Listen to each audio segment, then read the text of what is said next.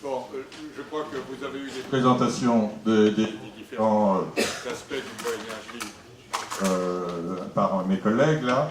Donc je vais ma présentation avait été faite il y a déjà un certain temps, et donc il y a des redites, c'est pas très grave parce que je n'insisterai que sur un certain nombre de points. Je suis comme le président Lafont, j'ai une assez bonne voix, donc éventuellement je pourrais me débrouiller. Ouais. Bon, donc un petit mot du CIB quand même. Le CIB c'est tout ce que vous avez voulu savoir sur le bois énergie sans oser le demander, hein, bien entendu.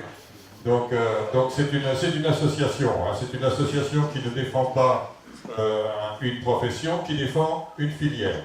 Hein, une filière, donc nous sommes attentifs à fluidifier, faciliter et renforcer la filière. Alors cette filière, mes collègues vous l'ont dit, vous l'ont laissé entendre, c'est une filière qui est excessivement soutenue par l'État, par la demande.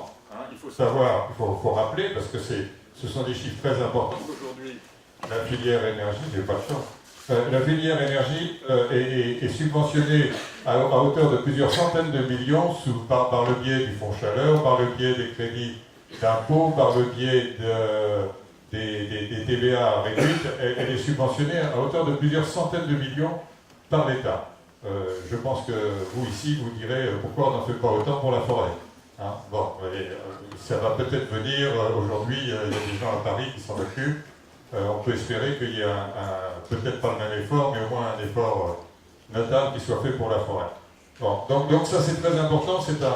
Le bois énergie, c'est tiré par la demande. Hein, et donc, pour ceux qui auraient peur de ne pas pouvoir vendre leur bois énergie, je pense qu'il n'y a pas trop d'inquiétude. Alors après ça, c'est un problème de prix. Effectivement, je pense qu'on en reparlera dans la journée. Moi, je ne raisonne pas trop en prix, je raisonne plutôt en valeur ajoutée tout au long de la filière. Voilà, donc la demande elle vient des particuliers. Là aussi, c'est important, les particuliers, ça représente en France, les chiffres ne sont pas connus, mais c'est entre 20 et 40 millions de tonnes hein, par an. Les industriels, c'est presque autant. Et par contre, le bois énergie, pour le moment, c'est 2, 3, 4 millions de tonnes. Donc vous voyez qu'on est encore en termes de... Quand on commence à présenter le bois énergie comme un épouvantail, on s'aperçoit qu'il reste quand même encore une petite marge. Bon, et l'offre de bois, bah, c'est vous, c'est la transformation, c'est tout ce qui est la chaîne de transformation. Et le recyclage de bois en fin de vie. Je pense que le CIP, à un moment ou à un autre, présentera le bois énergie comme un exemple d'économie circulaire, hein, puisque au moment où il pousse, le bois capte le CO2, capte le gaz carbonique et on récupère, rien n'est perdu dans le bois, puisqu'à la fin, quand il n'est plus utilisable par personne, il peut encore faire de l'énergie. Alors, je pose une question sur la concordance de temps, puisque, en fait, les projets industriels que mes collègues vous ont présentés, c'est 20 ans, 25 ans. Ici, je pense que la période de temps, c'est 30-35 ans. Donc, théoriquement, il n'y a pas de gros écarts entre l'espace de temps pour les forestiers et l'espace de temps pour les industriels. Sauf que vous êtes bien placé pour savoir que les réactions et la gestion d'une forêt, ça se décide pas comme chez un industriel avec un business plan à 6 mois ou à 2 ans. Hein. On raisonne sur des périodes plus longues en termes de prévision. Et donc ça crée, et c'est en partie là que se trouve le dilemme. Hein. C'est en partie là que des journées comme aujourd'hui, et j'en profite pour féliciter en réunion de cette organisation. Alors, je vais vous dire quelque chose qui m'a beaucoup frappé avec la démarche de votre démarche, c'est, bon, ça fait déjà à peu près 1 an, 2 ans, que tout le monde dit, il faut mobiliser du bois, donc les gens terminent, ils se font accoudir, puis ils rentrent chez eux, et puis il ne se passe rien. Hein. On voit en réunion, lui, qu'est-ce qu'il fait? Il fait des choses, il fait des fiches, il propose des itinéraires, et ça, c'est la première fois que je vois ça en France. Voilà, on continue.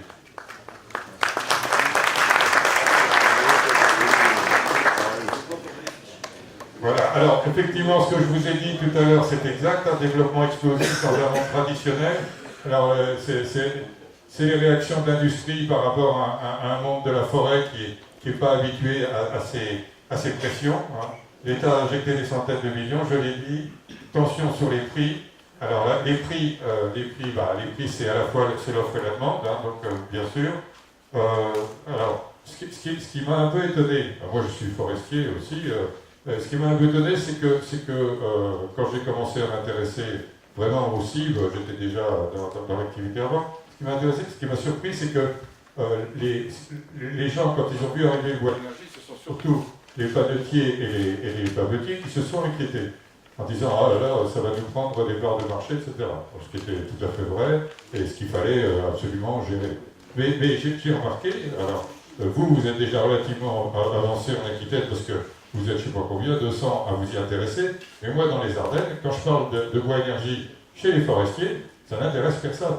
Donc, je suis un peu inquiet, parce que je pense que là, les forestiers sont peut-être en face d'une opportunité. Je n'ai pas dit que c'était sûr, je n'ai pas dit que c'était garanti, mais je pense qu'ils sont en face d'une opportunité et qu'il faut peut-être quand même bien la regarder. Voilà, alors il y a encore beaucoup à faire. Hein. Je disais tout à l'heure, si vous voulez vendre du bois, à mon avis, vous allez pouvoir, parce que ce qu'on a fait entre 2006 ou 2008 et 2013, il faut faire jusqu'à 2020 2,5 fois plus. Alors, je ne sais pas si vous vous rendez compte des enjeux. Tout ça pour atteindre les fameux objectifs 2020 sur lesquels la France s'est engagée, bien entendu, et avec pénalité. Alors, je rappelle que la France s'est engagée sur ces 23%, et c'est un engagement contraignant. Voilà, alors, une filière en devenir, mieux partager la valeur ajoutée entre les acteurs. Ça, c'est vraiment mon leitmotiv, parce que nous sommes quand même dans une filière en devenir. On n'est pas tout n'est pas aussi clair qu'avec le fuel ou avec le charbon, où on connaît tout, on connaît les filières, on connaît les transports, on sait les coûts. On est capable de caractériser exactement le charbon, on est capable de caractériser exactement le fuel. Il n'y a pas d'écart. On est à la deuxième décimale pour tous les ratios. Ce n'est pas le cas du bois. Hein, c'est pas le cas du bois pour le coup. Bon, professionnaliser la filière, effectivement, je pense qu'il y a encore des améliorations à faire sur beaucoup de sujets, sur toutes les étapes. Moi j'ai commencé à regarder dans les Ardennes comment sortir du bois énergie. Bon, il faut que je m'en occupe, parce qu'actuellement, mon petit bois, il n'est pas du tout fait pour sortir du bois de forêt, donc il y a des investissements, il y a des efforts à faire. Construire des nouveaux itinéraires forestiers, je crois que Henri en parlera largement. Hein. Alors, absorber une nouvelle réglementation. Alors ça, c'est le gros problème. Le bois énergie n'existait pas au niveau de la réglementation. Et puis, quand il a commencé à exister, effectivement, tout le monde s'est jeté dessus en disant qu'est-ce qu'on va bien pouvoir réglementer là-dessus. Alors maintenant, c'est un peu la diarrhée réglementaire.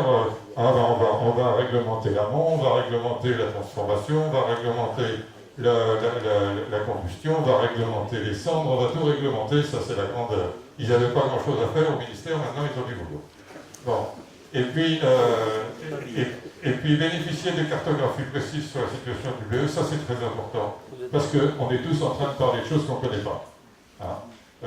La difficulté, c'est que les chiffres ne sont pas très bien connus. Hein. On parle à 15, 20% près, 30%, et suivant les régions, eh bien, on a affaire à des écarts très importants entre l'offre et la demande. Et donc, ça nécessitera probablement des transports. Alors, je ne suis pas un fanat des transports de bois, au contraire, mais il n'y a pas une forêt au pied de chaque chaufferie, et il n'y a pas une chaufferie au pied de chaque forêt. Donc, au moins dans un premier temps, il ne sera pas inutile de faire des transports. Et la logistique, elle aussi, est à améliorer. Alors, je connais des départements où les camions de bois se croisent, hein, ce qui est quand même un peu dommage. Hein. Donc, il y a encore pas mal de choses à faire de ce côté-là. Merci Bono. Voilà. Merci pour...